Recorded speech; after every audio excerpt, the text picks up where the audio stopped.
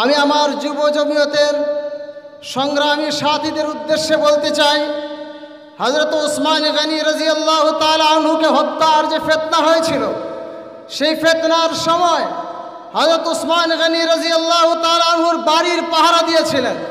সেই ফিতনা রুখে দেওয়ার জন্য যুবক সাহাবায়ে কেরামের এক জামাত হযরত উসমান গনি রাদিয়াল্লাহু তাআলা আনহুর বাড়ির পাহারা দিয়েছিলেন। হযরত আব্দুল্লাহ ইবনে আব্বাস, হযরত আব্দুল্লাহ ইবনে ওমর, হযরত আলীর দুই সাহেবজাদা, নবুয়তের রক্ত যাদের শরীরে প্রবাহিত, হযরত হোসেন রাদিয়াল্লাহু তাআলা আনহু, হযরত হাসান রাদিয়াল্লাহু তাআলা আনহু।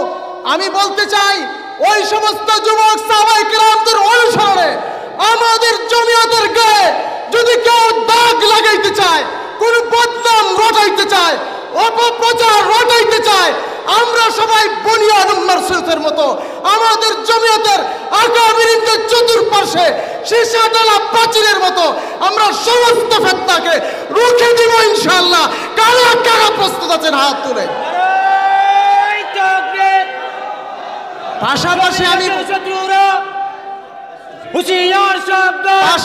আমি বলতে চাই, অনলাইন অফলাইনে আপনারা একটা কথা জানেন, যারা নিজেদের ঘরে আগুন লাগাইতে চায়, পর্দার আড়াল থেকে বিভিন্ন ফিতনা ছড়াইতে চায় এবং আকাবিরিন বুজুর্গানে দ্বীনের উপর থেকে আস্থা উঠাইতে চায়, ওই সমস্ত পর্দার আড়ালে কিছু লোক আছে, তাদেরকে বট বাহিনী হিসেবে আজকাল চিনে। জোরে বলেন ঠিক না ভাই? ঠিক। ওই সমস্ত বট বাহিনী আমরা আগেও চিনতাম, এখনো চিনি।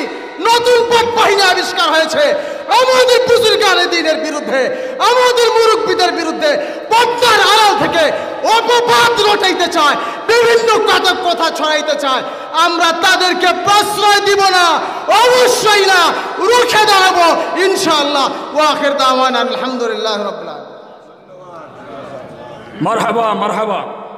সম্মানিত উপস্থিতি, আমাদের মধ্যে উপস্থিত হয়েছেন মৌলভীবাজার জেলা জমিয়তের সাবেক সহ-সাধারণ সম্পাদক হযরত মাওলানা ইমাম উদ্দিন সাহেব।